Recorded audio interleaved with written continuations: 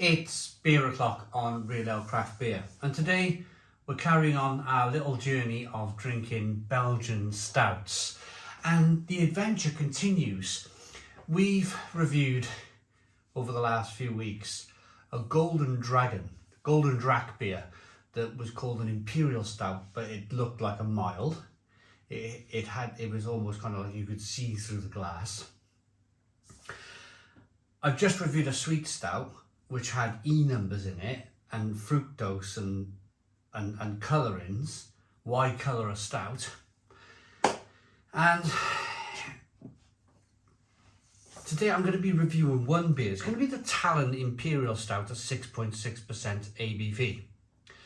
But of course, if you're quite knowledgeable on your stouts, certainly Imperial stouts, you will know that an Imperial Stout generally starts at 8% ABV and not 6.6% ABV. So there's another example of, I don't know, I think if there's any weakness in Belgian brewing, then it's probably stout. You can get some incredible blondes from Belgium, probably the best blondes in the world. I mean the beer. Doubles, triples, quadruples. They're really strong in that style of beer. Sour beer. Raspberry sours, cherry sours, barrel-aged beers, whiskey barrel-aged beers. They are fantastic at all of those things. But stouts, see, I think if there's a chink in the Belgian brewing armour, it's definitely stouts. Take this beer, for example. I was showing you an Imperial Stout, which we will be reviewing in a moment, at 6.6% ABV, Imperial Stout. Yet we have a Sea Black Craft Belgian Stout by Brasserie C, 8% ABV, but they're calling it a Craft Belgian Stout. Instead of calling this an Imperial Stout, which it most definitely is with the ABV, they've called it a Craft Belgian Stout. So let's get on with this beer then. The other beers were the Golden Dragon Imperial Stout and it was a Leroy Sweet Stout, if you want to have a look at those reviews. Dark brown bottle, black bottle cap, eagle, golden eagle, hawk thing on the front. 330 milliliter bottle. Let's get it out into a glass and see what we get.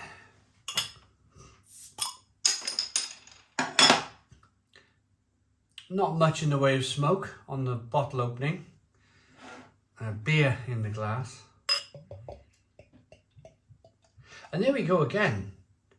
Here we go again. There's that colour. Maybe it's not necessarily a chink in the Belgian brewing armour. Maybe it's just what Belgian people perceive what a stout should be. Maybe it's just their own way of thinking, hey, no, a stout doesn't need to be super full bodied. It doesn't need to be thick and gloopy and strong, because there's definitely some light bleeding through here. It definitely looks thin. They're definitely thinner Belgian stouts than probably stouts from other countries. If you think of Scandinavia, America, UK, if this was a 6.6% stout from those countries, you could tell it would have a big thick head on it. You'd be rocking the beer back and forth. There'd be great lacing on the glass. It'd be thick and gloopy. Whereas this, it looks quite thin, doesn't it? It looks quite thin. Let's get the aroma.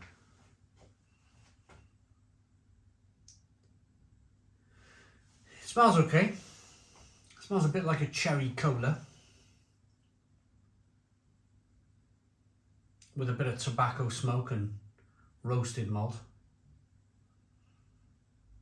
The beer is available from our channel sponsor, beersofeurope.co.uk. Beers of Europe, the largest online beer store in the UK, with a fabulous range of beers from all over the world.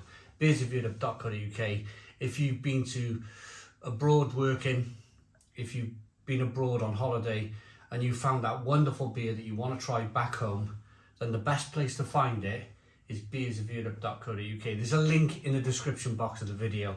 Let's get into this beer then.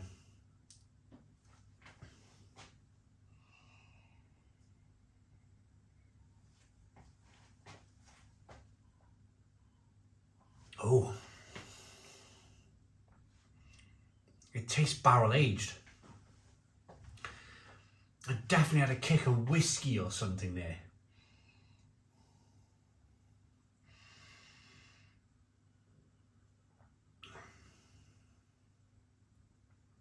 It's spirity.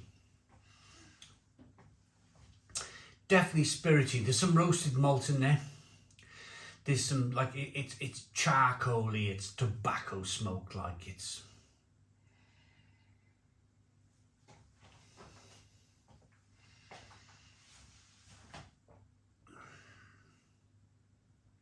It's thin, it looks thin, it tastes thin, there's not much body to it.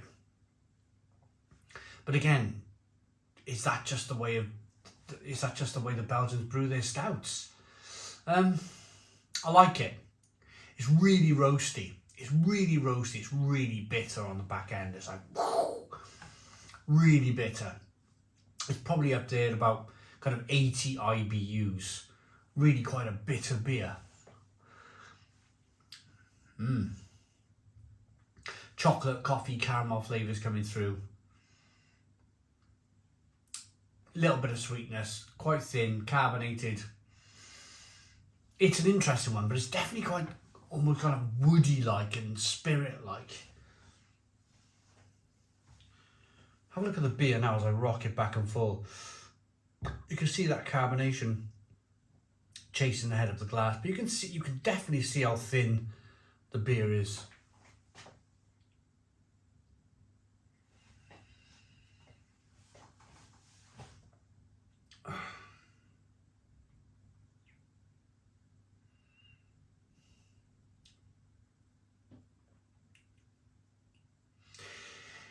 It's an interesting one. It's an interesting one. I was just standing there for a moment to myself there thinking, would I buy it again? Like finishing off the review type of thing. Would I buy this beer again? If I seen it in a bottle shop, would I go for it? Do you know, it's the type of beer, if I was at a wedding and if this was in the fridge in a bottle and I'd be drinking the bitter all day or whatever they had on the bar, a lager or a bitter, you know, your generic stuff, and you look down in the fridge and then you come across something like this, then you might have a couple of these just to finish off your evening. For me, I find it quite peculiar. I'm going to use that word. Like I'm yet to be challenged by a Belgian stout. I'm yet to go, oh my goodness me, this is the best thing since sliced bread. And normally when I'm drinking a Belgian beer, I'm normally saying that. Like a Belgian quad, oh my goodness me, this is amazing. I'm not in that kind of groove. I'm not standing here saying this is amazing. And that surprises me with Belgian beer. It really surprises me. If there is any kind of weakness in Belgian brewing, it's probably their stouts. I'm going to rate it. I'm going to see first of all, if it does tell me at least, is it barrel aged? Blimey neck. It's not even from Belgium. I've done the whole review. I've been drinking Belgian stouts the last 2 hours. And I'm like, brewed in England. Elgoods Brewery. Oh my goodness me, what am I doing?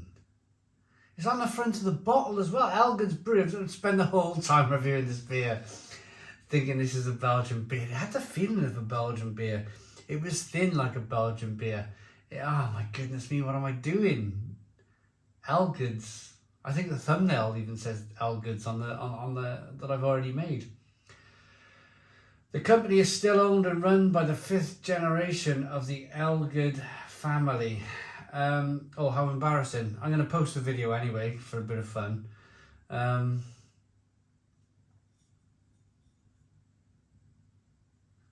Why did I think that was Belgian? I don't know, maybe, I tell you why, because I put an order in for some Belgian stouts on beersofeurope.co.uk and I just got myself a little bit mixed up.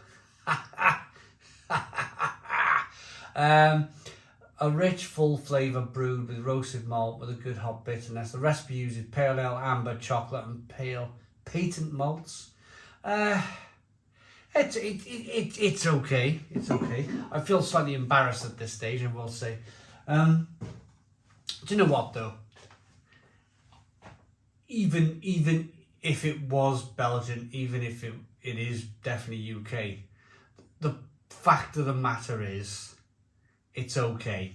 The fact of the matter is, if you're going to call an Imperial Stout, it should be 8% ABV. I stand by that. I stand by the flavour profiles that I've given. Yes, I've made a massive blooper with countries, and the point is, I don't read bottle labels. I put an order in for Belgian beer. I've slipped one in from the UK, and I made a bit of a boo-boo.